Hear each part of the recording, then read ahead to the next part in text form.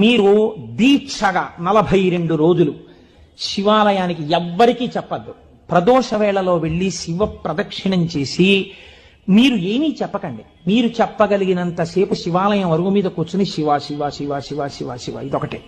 ఒక 42 రోజులు ఈ దరిద్రాన్ని, మీ కష్టాల్ని అనుభవించి చూడండి అన్నారు. మీరు నమ్ముతారా? ఆ వ్యక్తి నా దగ్గరికి వచ్చి నా జీవితంలో ఆశించని రీతిలో నా జీవితానికి ఒక కొత్త మలుపు తిరిగిందండి, నేను వరంగల్ వెళ్ళిపోతున్నాను, నేను సెటిల్ అయిపోతున్నానని చెప్పాడు. మీరు దీక్షగా 42 రోజులు శివాలయానికి ఎవ్వరికీ చెప్పద్దు. ప్రదోష వేళలో వెళ్ళి శివ ప్రదక్షిణం చేసి మీరు ఏమీ చెప్పకండి. మీరు చెప్పగలిగినంతసేపు శివాలయం అరుగు మీద కూర్చుని శివ శివ శివ శివ శివ శివ ఇదొకటే.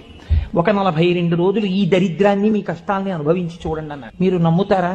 ఆ వ్యక్తి నా దగ్గరికి వచ్చి నా జీవితంలో ఆశించని రీతిలో నా జీవితానికి ఒక కొత్త మలుపు తిరిగిందండి, నేను వరంగల్ వెళ్ళిపోతున్నాను, నేను సెటిల్ అయిపోతున్నానని చెప్పాడు.